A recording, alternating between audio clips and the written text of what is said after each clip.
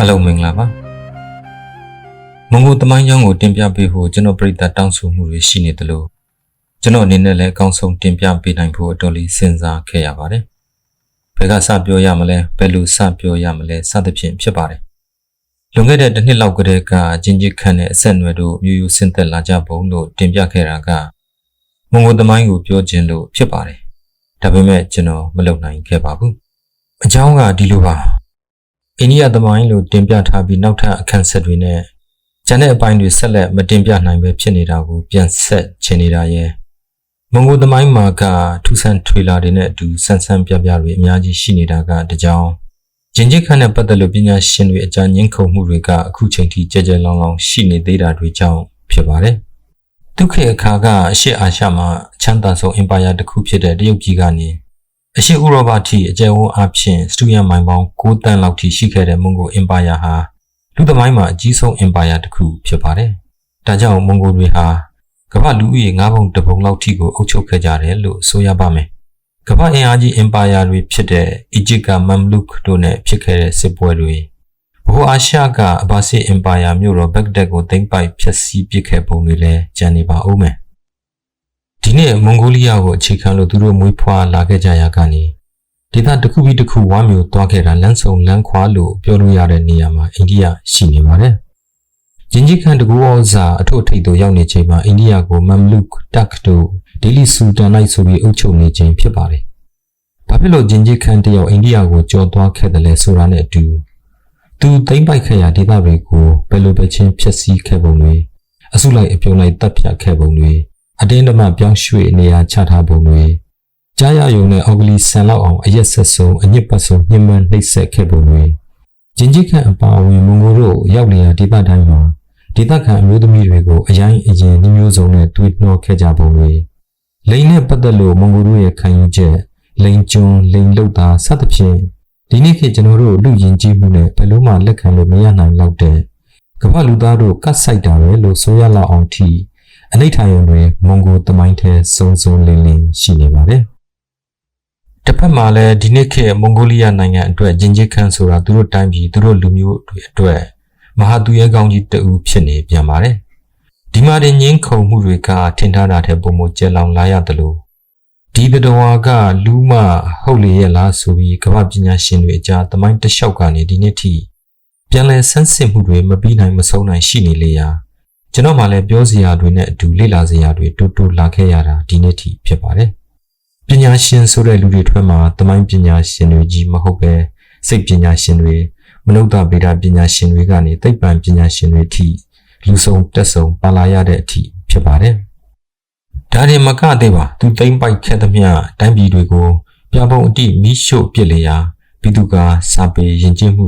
အမှုပညာစသဖြင့်ကျွန်တော်တို့လူသားတွေရဲ့အဖို့မဖြတ်နိုင်လောက်တဲ့စူးစမ်းအထောက်မှုတီထွင်ဖန်တီးမှုတွေကျွန်တော်တို့လူသားတွေရဲ့အစွမ်းအစတွေဟာအလဟတပြမှုတွေအဖြစ်လေထဲလွင့်ပြေပြောက်ကွယ်သွားခဲ့ရပါတယ်။ဒါတွေကိုအခြေခံလို့အချို့ပညာရှင်တွေကလူသားမျိုးနွယ်ပေါ်အကြီးဆုံးသစ္စာဖောက်မှုရာဇဝတ်မှုလို့သတ်မှတ်ပြောဆိုနေကြတာတွေလည်းရှိနေပါတယ်။ဘာပဲဖြစ်ဖြစ်သမိုင်းကအဆိုးကိုအဆိုးလို့အကောင်းကိုအကောင်းလို့မှတ်တမ်းတင်ထားပြီးဖြစ်ရာကျွန်တော်အနေနဲ့အရှိကိုအရှိတိုင်းတင်ပြရုံပါရှေ့အခန်းတွေမှာပြောခဲ့သလိုကျွန်တော်ရဲ့တင်ပြမှုတွေဟာအမှန်အမှားအဆိုးကောင်းဆုံးဖြတ်ပေးဖို့မဟုတ်သလိုကျွန်တော်ကလည်းအမှန်အမှားအဆိုးကောင်းဆုံးဖြတ်ပေးနေသူတူမဟုတ်ကြောင်းကျွန်တော်ပြည်သားကိုအသိပေးအကြောင်းကြားလိုပါတယ်မွန်ဂိုတို့နေလိုလာလို့ထွန်းတောက်လာခဲ့တာအလဲခေတ်ဖြစ်ပါတယ်အလဲခေတ်ဆိုတာကလူသားတို့ညံ့အလင်းပွင့်လာတဲ့ခေတ်နဲ့ဒီနေ့ကျွန်တော်တို့ရဲ့ modern ခေတ်ကြားကခေတ်ဖြစ်ပါတယ်ကျွန်တော်ရဲ့ကမ္ဘာသမိုင်းအချိန်ပြစရာတဲ့ဖော်ပြထားပြီးဖြစ်ပါတယ်ဒီခေတ်မှာကမ္ဘာတစ်လွှာကျွန်တော်တို့လူသားမျိုးနွယ်တွေဟာမြို့ပြအင်ပါယာကြီးတွေအေယာမလူအဖွဲ့အစည်းကြီးတွေကိုထူထောင်ခဲ့ကြပြီးလူသားမျိုးနွယ်တို့ရဲ့အဆင့်အတန်းကိုတက်တည်ပြခဲ့ကြပြီးဖြစ်ပါတယ်တရုတ်ပြည်ကဆောင်းမင်းဆက်နဲ့အတူအရှေ့အာရှမှာအချမ်းသာဆုံးအဖွံ့ဖြိုးဆုံးတိုင်းပြည်တစ်ခုဖြစ်နေပါတယ်သို့တော်သူနဲ့ကပ်ရဲ့မွန်ဂိုလီးယားမြက်ခင်းပြင်မှာကျက်စားနေထိုင်ကြတဲ့ nomadic မျိုးနွယ်စုတွေကအခြားကမ္ဘာအစိပ်အပိုင်းတွေနဲ့ရှင်ကြည့်မယ်ဆိုရင်အလွန်မင်းခင်းနောက်ကျကျန်နေခဲ့ကြတဲ့အုပ်စုကြီးတစ်ခုဖြစ်နေပါတယ်။မြို့ပြထူထောင်နိုင်ခြင်းမရှိကြသေးသလိုဒီမြက်ခင်းပြင်ကြီးတစ်လွှာကြီးကြီးရာမျက်နှာရလှည့်လည်သွားလာနေထိုင်ကြရာခြေသလုံးအိမ်တိုင်းအဆင့်ပဲရှိနေပါတယ်။ကိုယ်ကိုယ်ယုံကြည်မှုက shamanistic အယူဖြစ်သလို ဒီယူအတိုင်းလိုက်နာကျင့်သုံးနေကြသူတွေလည်းဖြစ်ကြပါတယ်။အမဲလိုက်တာရဲ့စိတ်သုံးမွေးမြူရေးကသူတို့အသက်ရှင်ရပ်တည်ရေးအတွက်အဓိကအလုပ်ဖြစ်ပါတယ်။သူတို့မွေးထားတဲ့တရိတ်ဆန်တွေရိတ်ခါအတွက်မျိုးစားကောင်းရာဒေသတွေစီတို့ရာသီဥတုအလိုက်ဒီမြက်ခင်ပြင်ကြီးတလွှားပြောင်းရွှေ့နေထိုင်ကြရတာဖြစ်ပါတယ်။အေယာမရွက်ဖြင့်တဲကြီးတွေကိုတရေသုံးမွေးထဲတစ်သားတွေနဲ့တိဆောက်ကြပြီးသူတို့ပြောင်းရွှေ့နေထိုင်ရာသွားလီရာတို့တပါးတည်းယူဆောင်သွားကြပါတယ်။ဒီလိုပြောင်းရွှေ့တဲ့အခါမျိုးနွယ်စုတစ်ခုလုံးပြောင်းရွှေ့ကြတာဖြစ်ပါတယ်။သူခေတ်အခါကဖွံ့ဖြိုးတိုးတက်နေပြီဖြစ်တဲ့တိုင်းပြည်တွေကလူတွေဘဝနေထိုင်မှုပုံစံတွေနဲ့ရှင်းကြည့်မယ်ဆိုရင်သူတို့ဘဝပုံစံတွေကတကယ်ကိုခက်ခဲကြမ်းတမ်းတဲ့ဘဝနေထိုင်မှုပုံစံတွေဖြစ်နေတာထင်ရှားပါတယ်။ဒီရွက်ဖြင့်တဲတစ်ခုမှာမိသားစုတစ်ခုလုံးစုပြုံနေထိုင်ကြရတာဖြစ်ပါတယ်။မျိုးနွယ်စုကြီးတယ်လို့လူကလည်းများတာကြောင့်ရွက်ဖြင့်တဲတွေလည်းများများတိဆောက်ကြရတာဖြစ်ပါတယ်။ဒါကြောင့်မြင်နေရလဲကြဲကြဲဝုန်းဝုန်းလိုအပ်ပါတယ်။မျိုးနွယ်စုတွေကိုမျိုးနွယ်စုအကြီးအကဲတဦးစီကအုပ်ချုပ်ပါတယ်။သူ့ကိုခန်းလို့ခေါ်ပါတယ်။နိုင်ငံရေးစီရေးကိစ္စတွေကိုခန်းကအဆုံးဖြတ်ရပါတယ်။နေရာသစ်သို့ပြောင်းရွှေ့အခြေချလာကြရမှာဖြစ်ဖြစ်ဝေဝေးလန်လန်ခရီးသွားကြရမှာဖြစ်ဖြစ်nomadic မျိုးနွယ်အလုံးအတွက်အဓိကအားထားရတာကမြင်းရိုင်းတွေဖြစ်ပါတယ်။အစည်းအဝေးဖြစ်အသုံးပြုကြရမှာမွန်ဂိုလီးယားမြင်းတွေဟာအကြမ်းပတမ်းခံနိုင်ကြသလိုအပြေးလဲတန်ကြပါတယ်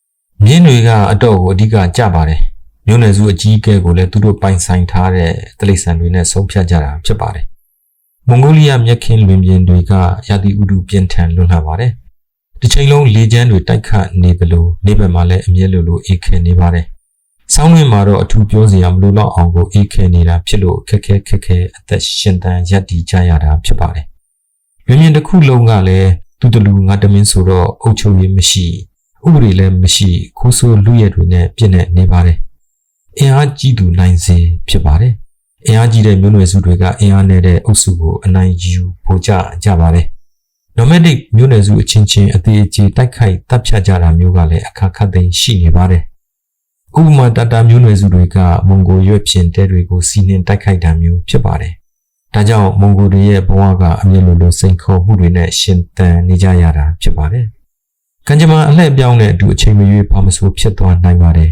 ။သိချင်းတရားကသူတို့လည်းပင်တွေးကြောတွေထက်နှီးပါအောင်မယ်။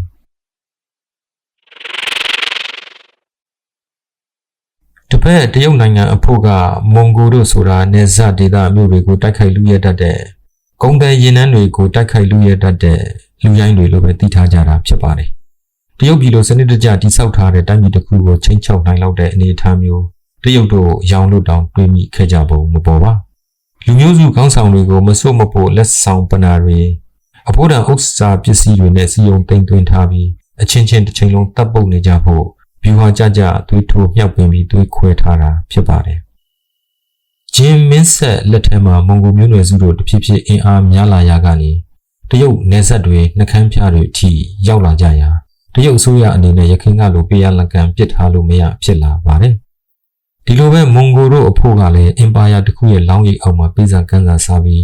ရှင်သန်နေရတဲ့ဘဝကိုစိတ်ကုန်ညှိငွေလာပြီးဖြစ်ပါတယ်။ AD 1206ခုနှစ်မှာမွန်ဂိုမျိုးနွယ်စုတွေအတွက်တီမူဂျင်းဆိုသူတမဏိလူသားတို့ပေါ်ထွန်းလာခဲ့ပါတယ်။သူကမျိုးနွယ်စုအလုံးကိုသူ့ရဲ့အမိတ်အာဏာစက်အောက်စီးုံသိမ်းသွင်းနိုင်ခဲ့ရာကနေဂျင်ဂျစ်ခန်ဆိုပြီးဖြစ်လာပါတယ်။ဆိုလိုတာကမျိုးနွယ်စုအလုံးရဲ့အကြီးအကဲဆိုတဲ့အဓိပ္ပာယ်ဖြစ်ပါတယ်။ nomadic မျိုးနွယ်စုအလုံးကိုသူ့ရဲ့ power အာဏာစက်အောက်သို့ကြစ်ပါအောင်စီးုံသိမ်းသွင်းနိုင်ခဲ့တယ်လို့သူနဲ့မပူးပေါင်းမှုဆိုရင်လည်းသူ့ရဲ့ဓာတ်တော်အောက်မှာအသက်နဲ့ခန္ဓာဦးစားကွဲသွားကြရုံပါ။ဒါကြောင့်ဂျင်ဂျစ်ခန်ဟာသူနဲ့အနီးဆုံးကအေယာမတိုင်းပြည်တစ်ခုကိုအကဲဆန်းနိုင်လောက်အောင်ထိအင်အားတောင့်တင်လာခဲ့ပါတယ်။ဒီချိန်ထဲမှာတရုတ်ဂျင်မင်းဆက်ပြည်တွင်းရင်းကလည်းစီလုံးမှုရော့တိရော့ရဲဖြစ်လာနေခြင်းဖြစ်ပါတယ်။ဒီမှာကျွန်တော်ပြောနေတဲ့ဂျင်မင်းဆက်ဆိုတာ Great Jin ဂျာချင်မင်းဆက်ကိုပြောတာဖြစ်ပါတယ်။8300ဝန်းကျင်ဟန်မင်းဆက်နောက်မှာလည်းဂျင်မင်းဆက်တစ်ခုရှိခဲ့ပါသေးတယ်။တရုတ်မင်းမျိုးတွေတို့မျိုးဆင်းသက်လာကြပုံဆိုပြီးကျွန်တော်တင်ပြထားပြီးဖြစ်ရာနားလည်မှုလွဲသွားနိုင်လို့ထည့်ပြောရတာဖြစ်ပါတယ်။တောင်ဘက်မှာကဂျင်တို့နဲ့ခေပြိုင်ဆောင်မင်းဆက်ရှိနေပါတယ်။ဂျင်တိုင်းပြည်ကနေတန်ဂရုမင်းဆက်ဆိုပြီးခွဲထွက်သွားပါတယ်။တန်ဂရုတို့ကမွန်ဂိုတို့နဲ့နေစားချင်းကလျက်တည်ရှိနေသလိုမျိုးရိုးတိုင်းအကအယံတွေမရှိတော့မွန်ဂိုတို့ရဲ့ပြစ်မှတ်ဖြစ်လာပါတယ် သူခေတ်အခါကမွန်ဂိုတို့မှာဒီလိုမြို့ရိုးတတိုင်းတွေကိုဖြိုချနိုင်တဲ့လက်နက်မရှိကြသလိုဒီလိုမြို့ရိုးတတိုင်းတွေတိဆောက်နိုင်လောက်တဲ့နည်းပညာလည်းမရှိကြပါဒါကြောင့်မြို့ရိုးတတိုင်းတွေနဲ့အခိုင်အမာတိဆောက်ထားတဲ့တရုတ်တိုင်းပြည်တွေကိုမွန်ဂိုတို့တိုက်ခိုက်ချင်းမုန်းပစ်ဖို့ဆိုတာဘယ်လို့မှမဖြစ်နိုင်တဲ့ကိစ္စပါသို့တော်သူတို့လုံနိုင်ခဲ့ကြပါတယ်စိတ်ရှည်တယ်လို့ပြောရမလားမြို့ရိုးတတိုင်းကြီးတွေကိုချက်ချင်းလက်ငင်းဖြိုချပစ်ဖို့မဖြစ်နိုင်ကြတာတော့မှန်ပါတယ်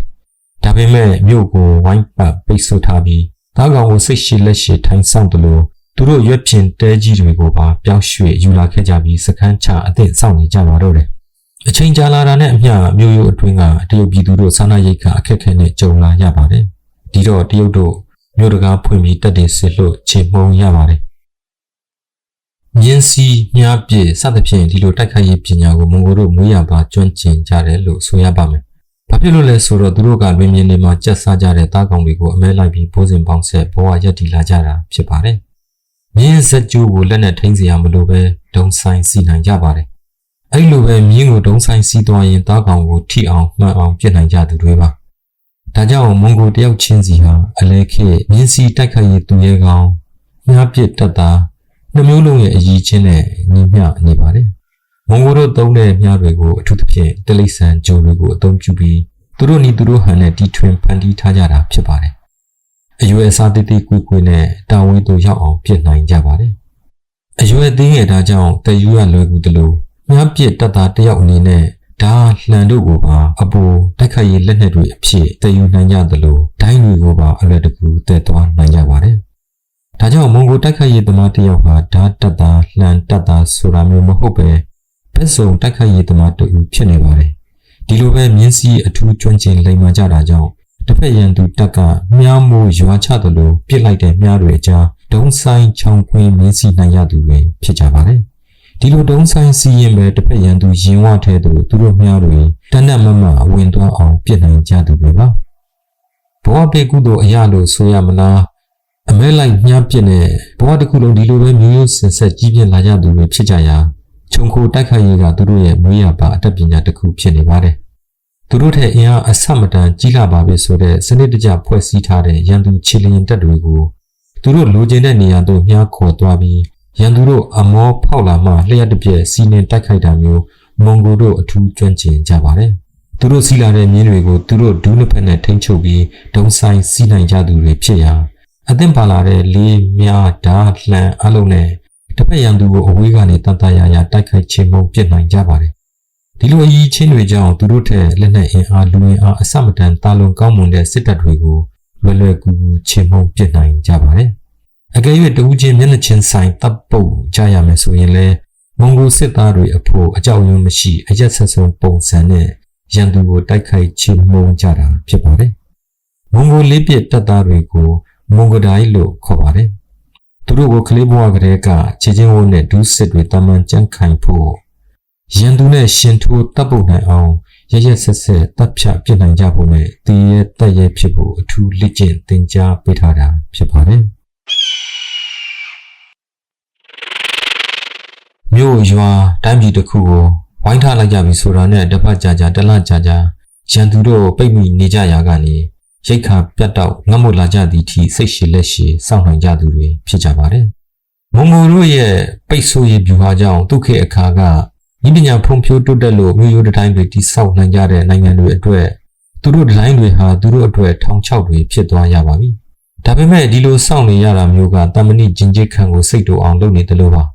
ါဒါကြောင့်ရတဲ့နည်းနဲ့မြို့ရိုးတိုင်းတွေကိုခုံပြန်ကျော်လွှားပြီးထိုးဖောက်ဝင်သွားကြတာကြီးဖြစ်ပါတယ်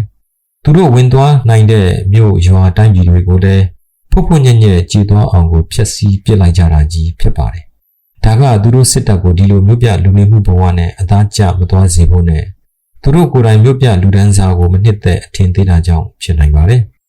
မွန်ဂိုတို့ထံရောက်သွားတဲ့သုံးပန်းတို့အဖို့လည်းအသက်ချမ်းသာရဖို့မျှော်လင့်ချက်မရှိပါသူတို့မှာသုံးပန်းတွေကိုဖန်ဆီးထိန်းသိမ်းထားဖို့ထောင်လိုမျိုးအခန်းလည်းမရှိသုံးပန်းတွေအတွက်ရိတ်ခါလည်းမရှိတာမို့အပီးတုတ်တင်လိုက်ကြပါတယ်။ဒါကြောင့်မွန်ဂိုတို့ကျူးကျော်စစ်တွေမှာတရုတ်လူမျိုးတန်း30လောက်တေကျေပျက်စီးခဲ့ရတယ်လို့မှတ်တမ်းတွေအရသိရပါတယ်။လူယူခဲ့ကြသမျှသူတို့တန်တိုင်းတလောက်တည်ယူကြပြီးကျန်တာအလုံးကိုမိရှို့ဖျက်ဆီးပစ်ကြတာပဲဖြစ်ပါတယ်။မွန်ဂိုတွေဟာရိုင်းဆိုင်တွေလောက်ပဲမဟုတ်ပါ သူတို့ရန်သူလို့သတ်မှတ်လိုက်ပြီးဆိုတာနဲ့စိတ်ပိုင်းဆိုင်ရာအရာလူစိတ်ပြောက်သွားတဲ့အကြမ်းဖက်သမားတွေလို့ဒီနေ့ပညာရှင်တွေရဲ့အကဲဖြတ်သုံးသပ်မှုတွေလည်းရှိနေပါတယ်။သူတို့ကိုတံပြန်ခုခံကြမယ်ဆိုရင်ဒီလိုအဖြစ်ဆိုးတွေနဲ့ညီကုန်းချုပ်ရမယ်လို့စီရင်စီရာအရာချင်းချောက်မှုသဘောတရားတွေရောပြုံးနေတာတော့မှန်ပါတယ်။ဒါကြောင့်နောက်မှအခြားအားနည်းတဲ့ဒေသတွေဟာသူတို့ကိုတံပြန်ခုခံတိုက်ခိုက်ကြတာမျိုးမလုပ်တော့ဘဲလက်နက်ချအညံ့ခံလိုက်ကြတာကြီးဖြစ်ပါတယ်။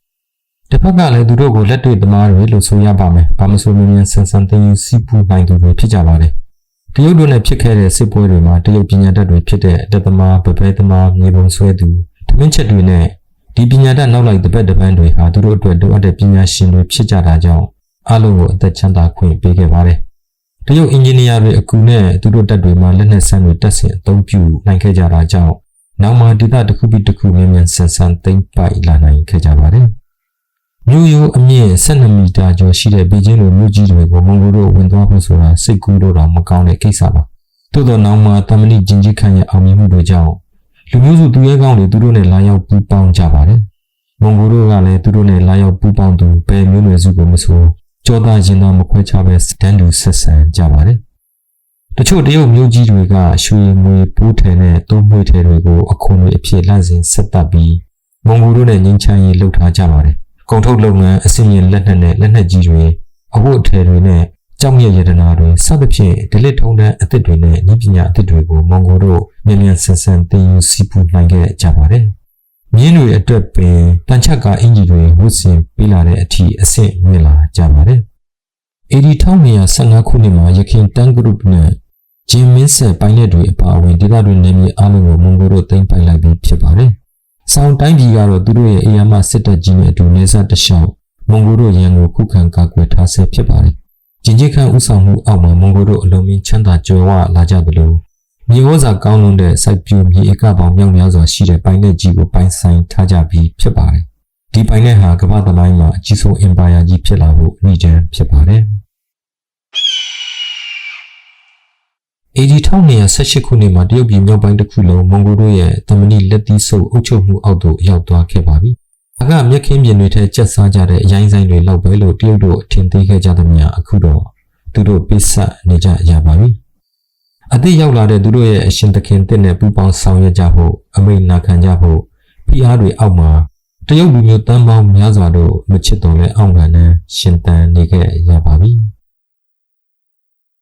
ဝီရင်းငါဆိုတာအမှတ်တစိတ်ပါတဲ့တတုပြားလို့သိထားတဲ့မွန်ဂိုတို့အတွက်ဒီတတုပြားတွေရဲ့တန်ဖိုးရှိပုံကိုဂဂနနနားလည်ကြဖို့မပေါ်ပါတရုတ်ပညာရှင်တွေရဲ့အကူအညီနဲ့ငွေရင်းငါတွေစုပြုံထုတ်လုပ်လိုက်ခြင်းဟာဖြုံတိတာပဲလို့သူတို့သိလာကြပါတယ်ဒါကြောင့်တိုင်းပြည်ချမ်းသာကြွယ်ဝရေးအတွက်ကုန်သွယ်ရေးကသာအကောင်းဆုံးနည်းလမ်းဖြစ်တယ်လို့လည်းသူတို့နားလည်လာကြပါတယ်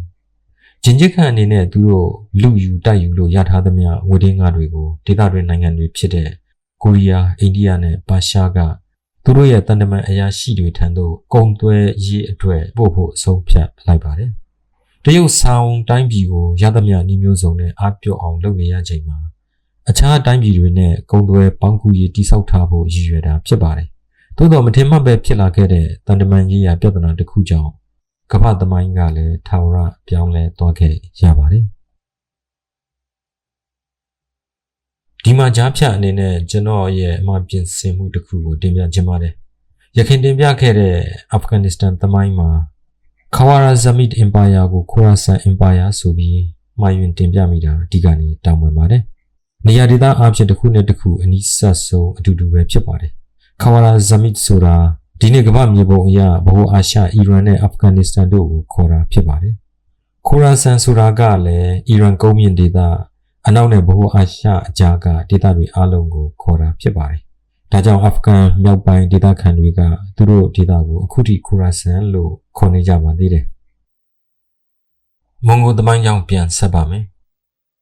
ပါရှားကမွတ်စလင်တို့အုပ်ချုပ်မှုအောက်မှာရှိနေပါတယ်။ခဝါရာဇမစ်အင်ပါယာလို့ခေါ်ပါတယ်။ခဝါရာဇမစ်အင်ပါယာတို့ကုသရောင်းဝယ်ရေးအတွက်ညှိနှိုင်းဖို့ရောက်လာခဲ့တဲ့မွန်ဂိုတို့ဆေးလွှတ်လိုက်တဲ့တန်တမန်ကိုတချို့လိုတန်တရားရှိတာကြောင့်ကွက်မြက်လိုက်ပါတယ်။မွန်ဂိုတို့ကလည်းရရတောက်မွတ်စလင်စစ်တပ်နဲ့ရင်ဆိုင်ဖို့ဆုံးဖြတ်လိုက်ကြပါတယ်။စစ်တီရဲမဲ့2သိန်းနဲ့ဂျင်ဂျစ်ခန့်ကိုယ်တိုင်ဦးဆောင်ကခဝါရာဇမစ်တို့ကြီးတက်လာခဲ့ပါတယ်။ခဝါရာဇမစ်တို့မှာလည်းစနစ်တကျလက်ကျင့်ထားတဲ့လှန်ချုံကိုင်မြင်းစီထိုးစစ်တပ်သားတွေ ချီလီယန်တပ်သားတွေနဲ့ပါရှားလိုတိုင်းပြည်ကိုတောင်သိမ်းပိုက်ခဲ့ပြီးဖြစ်တဲ့အေယာမစစ်တပ်ကြီးကအခိုင်အမာရှိနေတာပ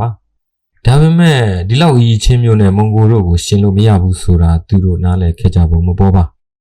ဒေါသထွက်နေတဲ့ဝန်ပလီတွေလိုဒလက်ကျန်းဝင်လာတဲ့မွန်ဂိုတို့ကိုသူတို့ခုနိုင်ခံနိုင်စွမ်းမရှိခဲ့ကြပါစမန်ကန်ဘူခါရာမြို့ကြီးတွေကိုမွန်ဂိုတို့တိုးဝင်သွားပြီးနောက်မီရှိုဖျက်ဆီးပစ်လိုက်ကြပါတယ်တက်ရှိမှန်သမျှတလိษံမင်းမချမ်းချွင်းချက်မရှိအလုံးတပ်ပစ်ဖို့အမိန့်ထုတ်ထားတဲ့အတိုင်းဘယ်အသက်ဇီဝိမျှရှင်သန်ခွင့်မရခဲ့ကြပါမွန်ဂိုတို့ပါရှားမှာရှိနေချိန်ထိလူတလိษံတန်းနဲ့ချီလမ်းတွေပေါ်မှာဒီတိုင်းပုတ်တိုးဆွေးမြေ့သွားခဲ့ရပါတယ်1220ခုနှစ်မှာတော့ခါဝါရာဇမစ်အင်ပါယာတစ်ခုလုံးတင်းချိုင်းတစားပြင်လိုဖြစ်သွားပါတယ်ကဘာကြီးကလည်းခါဝါရာဇမစ်တို့လိုမမှားရအောင်မွန်ဂိုတို့ကိုဘယ်တော့မှရှော့တွက်လို့မရဘူးဆိုတာသဘောပေါက်သွားခဲ့ကြပါတယ်ဒီချိန်ထဲမှာမွန်ဂိုတို့အဖို့နိုင်ငံခြားနယ်မြေတွေကိုတိုက်ခိုက်သိမ်းပိုက်ခဲ့ရကနေကမ္ဘာနေရာဒေသအသီးသီးကကွဲပြားခြားနားတဲ့လူမျိုးတွေကကွဲပြားခြားနားတဲ့အကြီးချင်းတွေကိုသူတို့သဘောပေါက်ခဲ့ကြပါတယ်ဒါကြောင့်သူတို့စစ်တပ်တွေကိုကမ္ဘာတစ်ခုလုံးကလူမျိုးစုံဘာသာစုံသူရဲကောင်းတွေကိုပါထည့်သွင်းဖွဲ့စည်းလာကြပါတယ်မွန်ဂိုစစ်တပ်ဟာလူမျိုးစုံဘာသာစုံယဉ်ကျေးမှုစုံပါဝင်တဲ့အေယာမစစ်တပ်ကြီးဖြစ်လာပါတယ်အထူးသဖြင့်မွတ်စလင်သူရဲကောင်းစစ်တီရဲမဲ့တွေပါဝင်လာကြပါတယ်မွန်ဂိုအာရပ်တရုတ်တို့မွန်ဂိုစစ်စင်ရေးစခန်းတွေထဲသူ့အစုနဲ့သူပခုံးရှင်လျက်တွေ့နိုင်ကြပါတယ်ဒီလိုလူမျိုးစုံဘာသာစုံယဉ်ကျေးမှုစုံပေါင်းစပ်ထားတဲ့ပုံစံကနေမွန်ဂိုတို့အကျိုးအမြတ်အများကြီးရခဲ့ပါတယ်သူတို့လူဖွဲ့အစည်းအတွက်လည်းအကျိုးဖြစ်စေသလိုအမျိုးသားဖြစ်စေအမျိုးသမီးဖြစ်စေမွန်ဂိုတဦးချင်းစီဟာသူတို့နဲ့ခြားနာတဲ့ယဉ်ကျေးမှုတွေစီကနေခြားနာတဲ့အသိပညာအတတ်ပညာတွေအလုံးကိုသင်ယူစီးပူနိုင်ခဲ့ကြတာကြောင့်ဖွံ့ဖြိုးတိုးတက်ခဲ့ကြပါတယ်ဘယ်လိုကိုးကွယ်ယုံကြည်မှုမျိုးကိုမဆိုသူတို့ယုံကြည်ကြတယ်လို့လွတ်လပ်စွာကိုးကွယ်ခွင့်လိုက်နာကျင့်သုံးခွင့်ပြုထားရမှာတော့မွန်ဂိုတို့ဟာစံတင်လောက်ပါတယ်စစ်စင်ရေးစခန်းတွေမှာဖြစ်ဖြစ်မွန်ဂိုတို့မြို့တွေမှာဖြစ်ဖြစ်ဘယ်သူမဆိုသူတို့ယုံကြည်ကြတယ်လို့လွတ်လွတ်လပ်လပ်လိုက်နာကျင့်သုံးခွင့်ရှိကြပါတယ်မွန်ဂိုတို့က Tengriism အယူဝါဒဖြစ်ပါတယ် Shamanistic နဲ့နည်းနည်းတော့ခြားနာပါတယ်ဒါပေမဲ့အကျွမ်းမဲ့တကူရှင် Tengri မိုးကောင်းခင်ဖျားကိုယုံကြည်ကြရမှာတော့တူကြပါတယ် Tengriism ထဲ Shamanistic ဝတ်ပြုပုံတွေလည်းပေါင်းစပ်ပါဝင်နေပါတယ်နောက်မှာ Tibetism ဗုဒ္ဓအယူကကဘာကျော်ပိုးလမ်းမတလျှောက်မှဒီပါရှားဒေသတွေထိမွန်ဂိုတို့သိမ်းပိုက်ထားတဲ့ဒေသအတော်များများကိုလွှမ်းမိုးသွားခဲ့ရာမွန်ဂိုတို့စီတို့လည်းလွှမ်းမိုးဝင်ရောက်လာခဲ့ပါတယ်ကဘာကျော်ပိုးလမ်းမကြီးဆိုတာကသူခေတ်အခါကအယောင်အသွေးစုံစုံလင်းလင်းနဲ့ဖွံ့ဖြိုးတိုးတက်နေတဲ့ကမ္ဘာနိုင်ငံအသီးသီးကိုဆက်သွယ်ပေါင်းကူးထားရာမိုင်းထောင်ရှိရှိလျားတဲ့ကုန်သွယ်ရေးလမ်းမကြီးဖြစ်ပါတယ်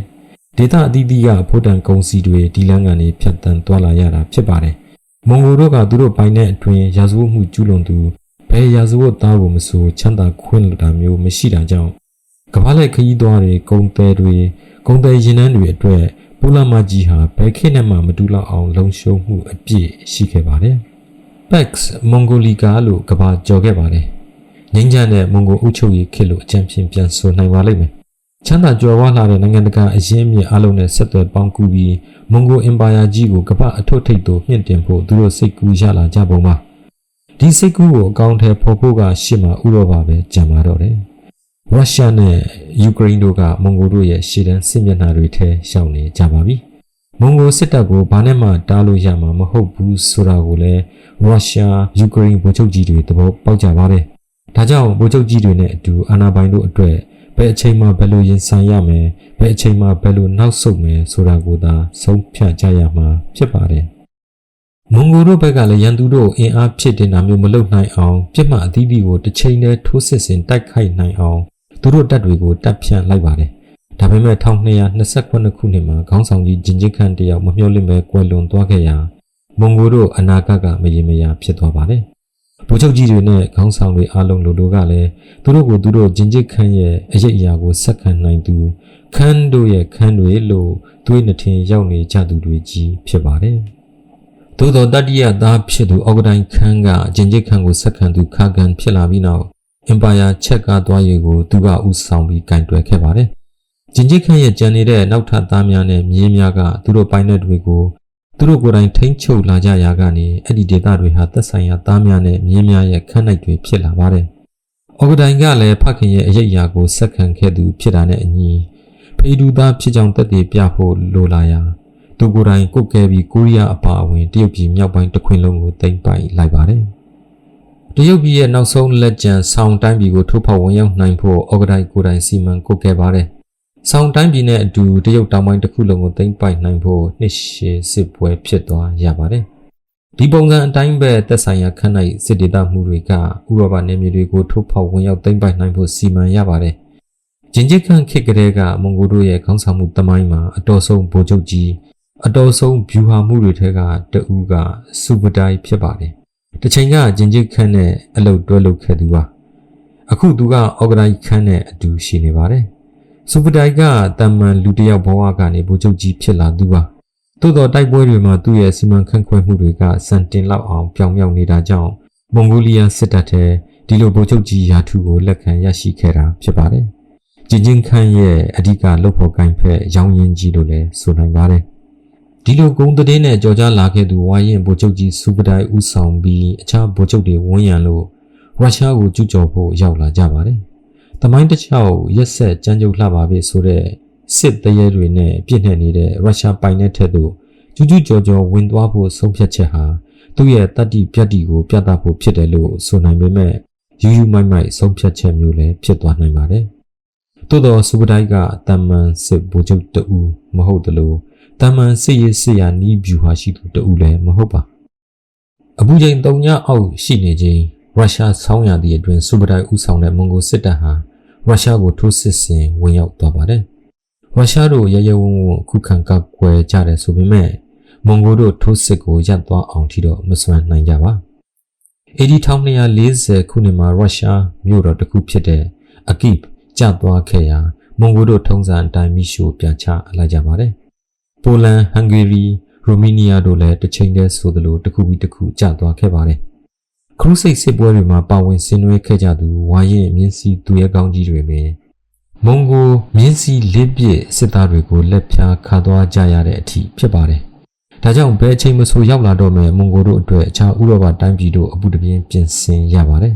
တစ်ချိန်တည်းမှာမွန်ဂိုခေါင်းဆောင်တွေထံသို့တန်တမန်တွေဆစ်လွတ်ပြီးညှိနှိုင်းတာမျိုးကိုလည်းတစ်ဖက်ကနေစူးစမ်းအားထုတ်လုပ်နေရပါတယ်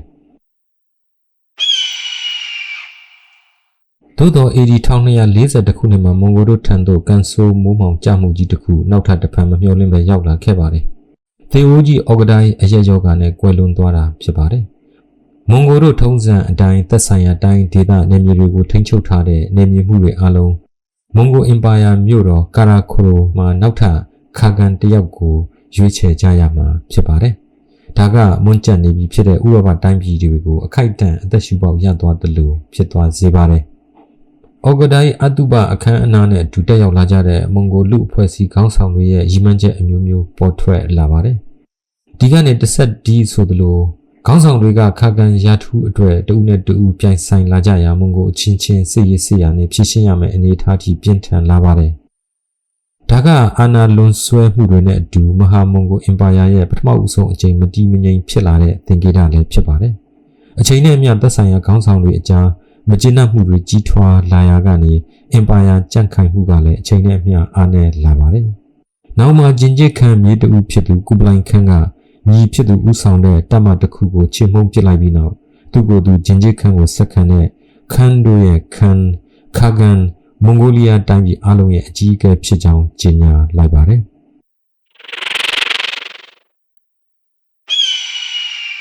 ်ဒီလိုနဲ့မွန်ဂိုအင်ပါယာကလည်းအဓိကတိုင်းကြီး၄ခုအဖြစ်ပုံပြောင်းသွားပါတယ်1280ခုနှစ်မှာကုပလိုင်ခန့်ကတရုတ်ကိုရီးယားနယ်မြေတွေကိုပေါင်းပြီးယွန်အင်ပါယာကိုထူထောင်ပါတယ်